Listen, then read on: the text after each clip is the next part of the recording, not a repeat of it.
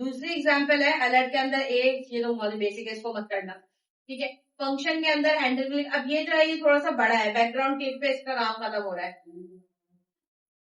ये देखें, ये वाली एग्जांपल छोड़ दीजिएगा, एक ये वाला फंक्शन बनाएंगे आप पूरा, और एक बनाएंगे ये वाला फंक्शन इवेंट। ये देखें, फुटबॉल है, हैंडल क्लिक के नाम से एक फंक्शन बनाया, हैंडल क्लिक के नाम से बनाया, आप एबीसी के नाम से बनाया, आप अपने नाम से बनाया।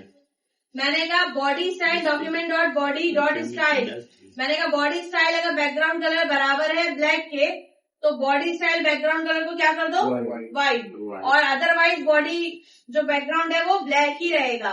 तो मैंने कहा हैंडल क्लिक को किस इवेंट पे कॉल कराया मैंने, ऑन क्लिक अभी रुक जाओ देखो तो सही। Toggle the lights black white, आप डार्क मूड और उस पे काम करते हैं ना, डार्क मूड और उस पे जो नॉर्मल मूड होता है, ठीक है। मीन्स आपने कॉल नहीं कराया app.js में, हो गया? हुआ है। अच्छा, आपको याद है ना, आप डार्क मूड यूज करते हैं वेबसाइट पे। अच्छा, ये टॉगल बटन है, ये भी होता है, ये भी समझ में आ गया। टॉगल है, चेंज होता रहे हैं। हम मुझे कोड पर करना है, खोलते हैं। आपने बोला ऊपर, मैंने क्या बोला कि सबसे पहले हम पूरे पेज के document dot body dot gate style को ले लेते हैं एक वेरिएबल के अंदर, ठीक है। मैंने कहा अगर मेरा बैकग्राउंड ब्लैक है और बटन क्लिक होता है तो उसको व्हाइट कर दो, अगर बैकग्राउंड ब्लैक है और बटन क्लिक होता है तो उसको क्या कर दो, ये ब्लैक है, बटन क्लिक होता है तो उसको क्या कर दो, व्हाइट। लेकिन जब पेज स्टार्ट हो एस तो उसको क्या रखो, व्हाइट। ये ना कि अगर ब्लैक है तो व्हाइट करो, अदरवाइज व्हाइट ही ब्लैक ही रखो, उसको छोड़ दो। दूसरा डांस दिखाएं, अदरवाइज व्हाइट ही रखो, वाला कोड दिखाएं।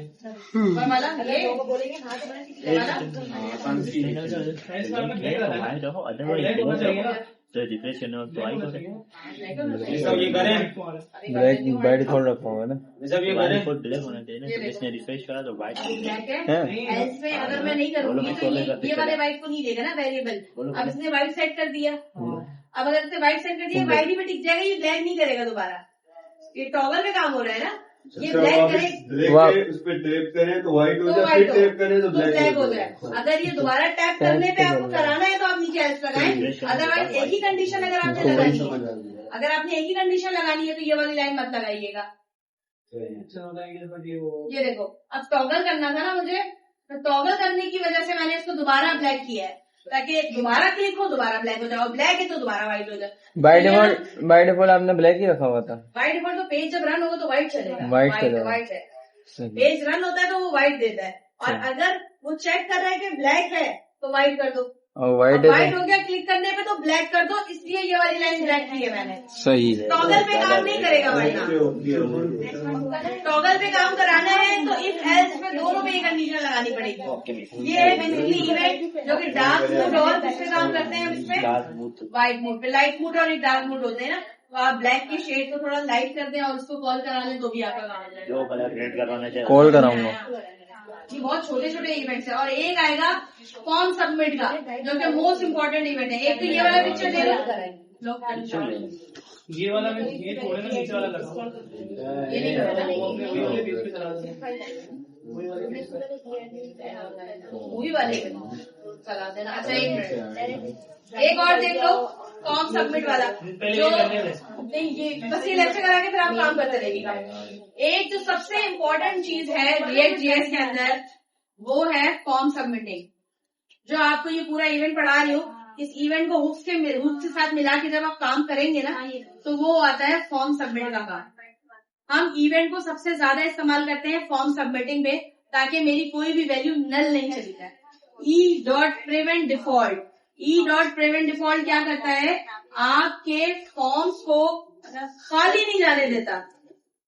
वैलिडेशन लगाते थे हम, जैसे नहीं ना वैलिडेशन लगाते थे जावास्क्रिप्ट के अंदर event default का एक फंक्शन होता है जिसको हम इवेंट ही कहते हैं। ये इवेंट नॉर्मली मारिया, ये इवेंट जो है वो नॉर्मली हर फॉर्म के साथ सबमिट कराता है और हुक्स के साथ मिल के काम करता है। अभी आप जो चीज अलग अलग कर रहे हैं, जैसे आपने कंपोनेंट्स अलग अलग बनाए इसके, ठीक है, फिर आपने ऐप जेएस में कॉल करा है, फिर जब राउटिंग पढ़ेंगे तो सब आपको मिक्स लगने लगेगा। फिर अभी इसी तरह इवेंट आपने अलग पढ़ा है, अब हुक्स पढ़ेंगे, फिर दोनों को साथ मिला के पढ़ेंगे हम, ठीक है। तो जो इवेंट है इवेंट डॉट प्रिवेंट डिफॉल्ट, ये फॉर्म को खाली सबमिट नहीं होने देता, इसकी इंश्योरिटी देता है डिफॉल्ट वे के अंदर। तो मैंने एक पूरी छोटी सी ना एक डेफिनेशन लिख दी है। अब यहाँ पर देखिएगा एक फॉर्म है, ऑन सबमिट में एक इवेंट कॉल करा रही है। पहले मैंने ऑन सबमिट में अलर्ट कराया सबमिटिंग, वो क्या करेगा, खाली भी वैल्यू ले लेगा। लेकिन इसी इवेंट को जब मैं नीचे लेकर आती हूँ और ऑन सबमिट के अंदर ये चीज मेक श्योर करती हूँ कि ई डॉट प्रिवेंट डिफॉल्ट और उसके बाद सबमिटिंग लो, तो वो नल वैल्यू को नहीं लेगा। तो फॉर्म के अंदर हमेशा, फॉर्म सबमिट में भी तो एक इवेंट परफॉर्म हो रहा होता है ना।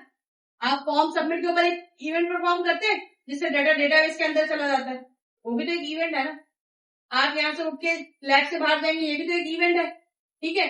तो अगर आपको फॉर्म पे सबमिट कराना होता है डाटा, तो उसमें लगाते हैं ई डॉट प्रिवेंट डिफॉल्ट।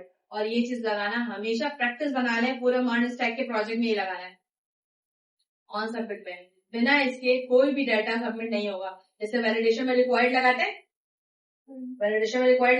तो इसके ऑन सबमिट में ये वाला काम लगेगा, ई डॉट प्रिवेंट। सही है। तो चलो पहले इसको चला के मैं बाद में दिखाऊंगी, समझा दिया। पहले ये वाला कर लें, अगर आपको वो ऊपर वाला बेकार लग रहा है तो। मेरी बात सुने,